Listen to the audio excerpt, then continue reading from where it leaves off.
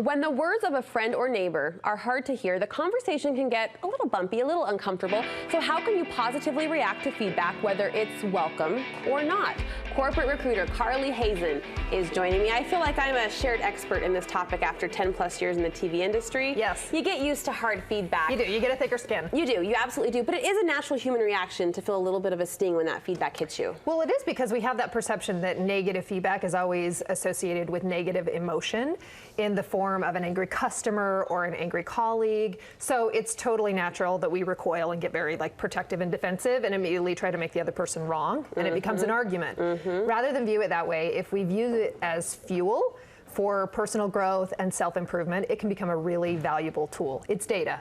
You're data mining. It's all about changing how you look at feedback in general. That's exactly right. And you have to remind yourself, oh, I'm getting some feedback right here, some constructive criticism, right? So immediately just say to yourself, this is data. This is really valuable data. This is going to make me better. This person cares enough to actually invest themselves into giving me some constructive criticism, however you want to call it. And sometimes it's a friend, and sometimes that's why it hurts worse. Sure. Because it comes from someone you really care about. But those are the people that are most accurately going to really help you become self-aware, have some self-improvement. So gather that data. A good reference point or a good kind of analogy is GPS. It usually takes 3 or 4 different signal points to accurately predict your location. So if you go through life just assuming that your perspective is it, you're going to get lost, right? You're going to be wrong. So it takes several different data points to be able to really help you see how you come across and see how you communicate with others. Well, and I like the point, they wouldn't be saying anything if they didn't care. That's exactly right. If they were just going to discard and throw you to the side as a friend or as a spouse or whatever, that's exactly they wouldn't be investing in you this way. A family member, right? Your family knows you best, and sometimes it's easiest just to be like, no, it's just mom being mom or sister being sister. But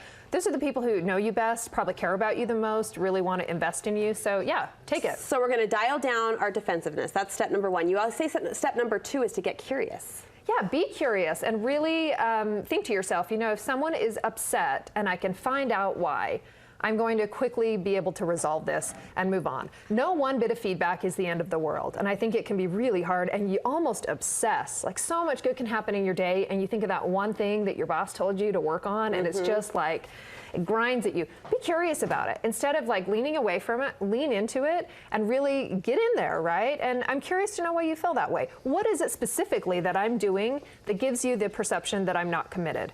Oh, it's that I don't respond very quickly to text or to email. Sometimes it's something you don't even realize you're doing. It can really help you, improve those relationships. I like this technique. You say repeat the feedback, right? Reflect it, and then ask questions along with that curiosity. Yes, kind of a therapeutic tick. What I'm hearing you say is, because when you hear someone else say it, you realize how it really sounds. But when you repeat it, you can really try to get into their head and ask some really great follow-up questions. What is it that I'm doing that helps you exhibit, that shows you I'm exhibiting this behavior, or that gives you the impression that I don't care or I'm disengaged? So yeah, keep asking until you get it. I had a really great boss at a bank that I worked with for 2 or 3 years, and she was so good at customer service, and we were always complimenting her. And every time she received a compliment, she said, "Thank you. What's one thing you think I could do better?"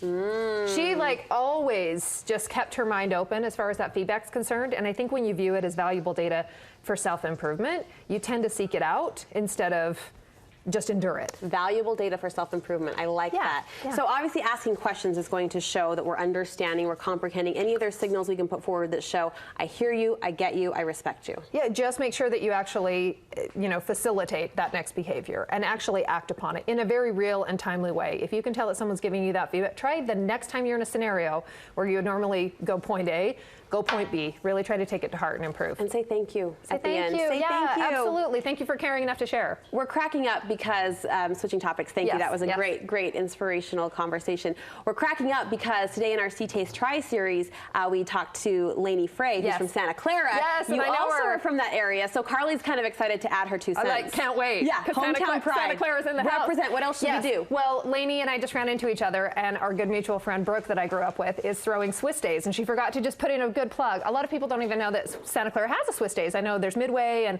Heber's really popular for a lot of people that live up north, but Santa Clara has an amazing Swiss Days. I think it's the 21st to the 23rd. Okay. They have a 5K, a pancake breakfast. It's amazing. How fun. Support Santa Clara. It's amazing. Santa Clara, love for Santa Clara Day. It's been so fun to explore. Thank you for letting me It's been so fun to sing explore the these small towns because there is a pride that comes with it, right? Oh, huge. Yeah. Huge. Love Thank it. you. Carly, thank you so much.